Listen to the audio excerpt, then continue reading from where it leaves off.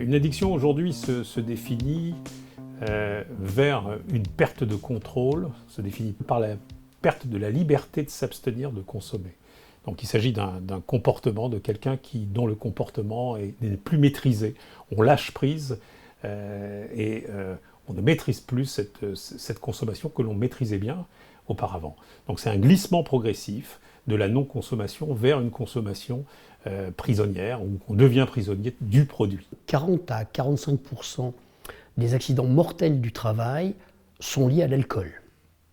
10 à 20% des accidents sont également liés à l'alcoolisme ou à la consommation de stupéfiants. Concernant l'alcool, le Code du travail prévoit que seul le vin, le cidre et le poiré peuvent être consommés sur les lieux du travail. Deuxième disposition du Code du travail, il est interdit à toute personne à l'état d'ébriété de pénétrer dans les locaux d'une entreprise. Donc ça concerne l'alcool stricto sensu. Et concernant la drogue, eh bien, la drogue est un délit. Et il est évidemment interdit de consommer de la drogue à la maison et au travail. La jurisprudence pose un certain nombre de principes.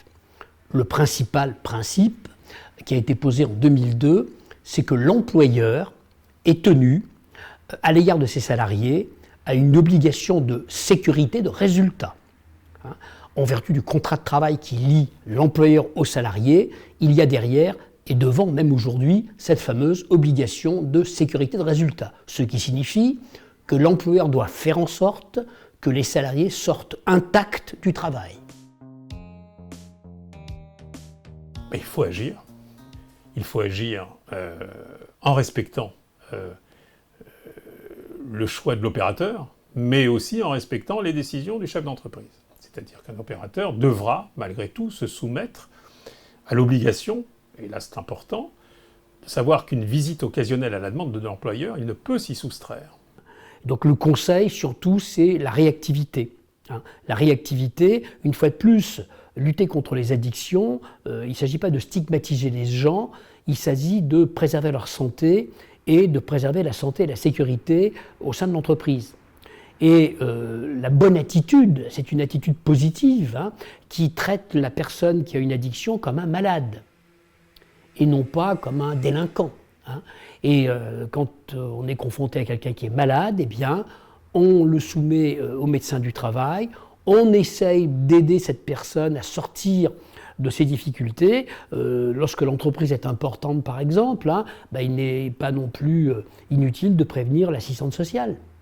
Parce qu'on sait bien que derrière pas mal de problèmes d'addiction, il y a des problèmes personnels parfois très lourds, des problèmes familiaux. Et la personne a besoin qu'on lui tende la main. Donc je pense que le premier conseil, j'allais dire, c'est la fermeté, la transparence, mais il y a aussi le conseil de la bienveillance.